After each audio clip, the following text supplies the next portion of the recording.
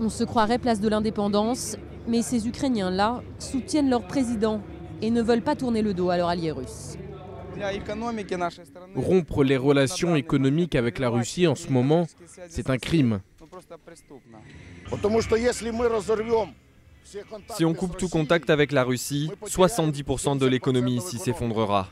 Aujourd'hui, on est tout simplement engagé avec la Russie. Il nous faut du temps, mais on n'est pas contre l'Europe.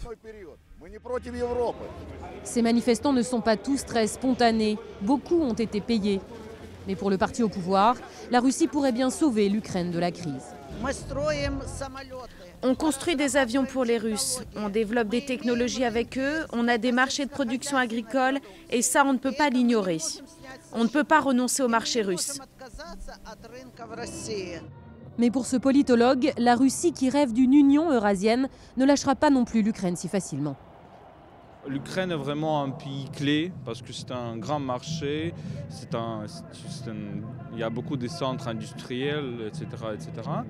Donc, et la Russie veut garder l'Ukraine dans son orbite pour ensuite construire son propre projet.